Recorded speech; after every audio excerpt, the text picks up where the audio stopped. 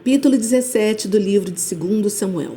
Aitofel disse a Absalão: Se eu tiver 12.000 homens ao meu dispor, sairei em perseguição a Davi ainda esta noite. Eu atacarei enquanto ele está desanimado e fraco. Então ele e seus soldados entrarão em pânico e tratarão de fugir.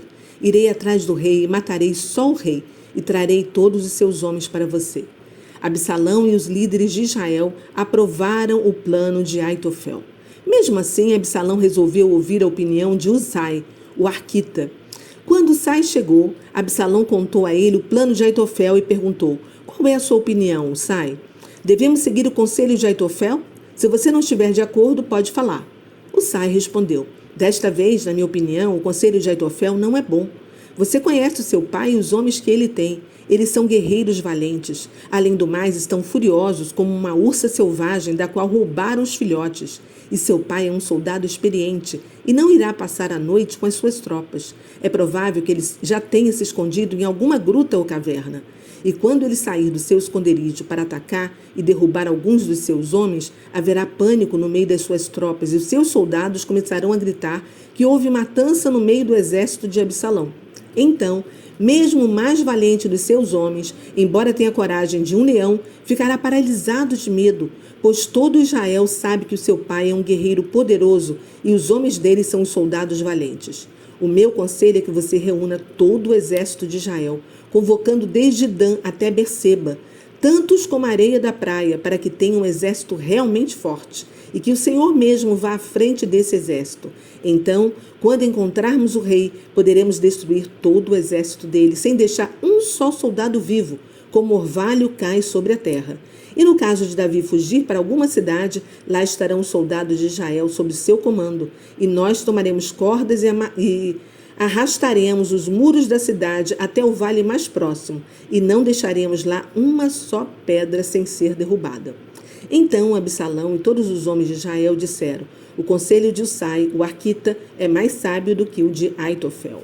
Assim, o Senhor fez com que o conselho de Aitofel, que era eficiente, não fosse aceito, a fim de que Absalão fosse derrotado. Então, Usai contou aos sacerdotes Zadok e Abiatar o plano de Aitofel e que Usai havia sugerido. Depressa, disse Usai aos sacerdotes, encontre Davi e digam a ele que é importante que saia de perto do rio Jordão esta noite, que ele passe para outra banda e entre pelos bosques. Se não fizer assim, será morto com todos os seus soldados.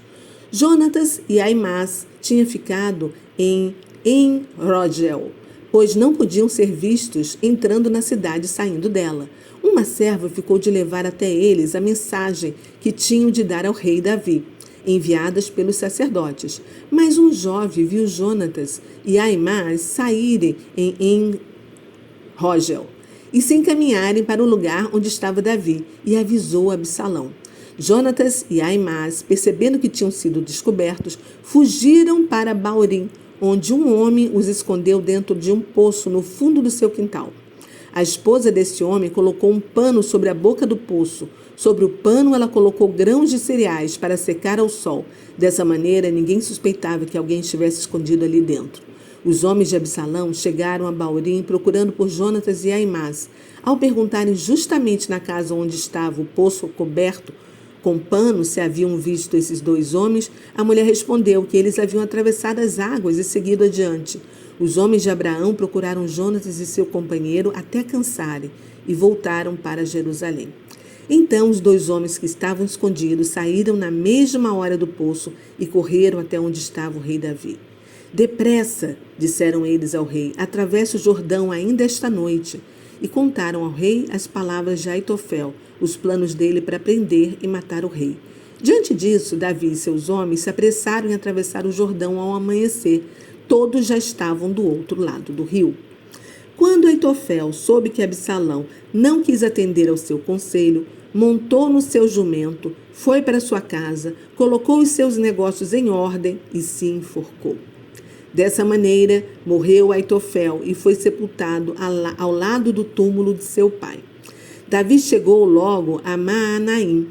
Enquanto isso, Absalão reuniu os soldados de Israel e, indo à frente deles, passaram o rio Jordão. Absalão havia colocado Amasa como comandante do exército, em lugar de Joabe. Amasa era primo em segundo grau de Joabe. Seu pai era Itra, um ismaelita. Sua mãe era Abigail, filha de Naás, que era irmã de Zeruia, a mãe de Joabe.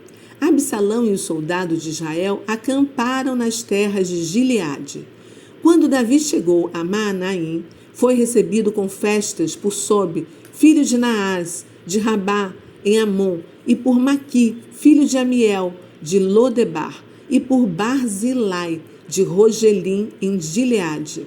Eles trouxeram a Davi e seus homens tudo o que achavam que eles necessitavam para o repouso e sustento: camas, bacias e vasilhas de barro, trigo, cevada, farinha, grãos, torrados, feijão e lentilhas, mel, manteiga, ovelhas e queijo de leite de vaca. Trouxemos estas coisas, disseram eles a Davi, porque achamos que todos vocês estão cansados, famintos e sedentos, depois da caminhada pelo deserto. Para ouvir as lições e as reflexões, é só clicar aqui em cima, que você vai direto para o vídeo, ou aqui embaixo na descrição. Até o próximo.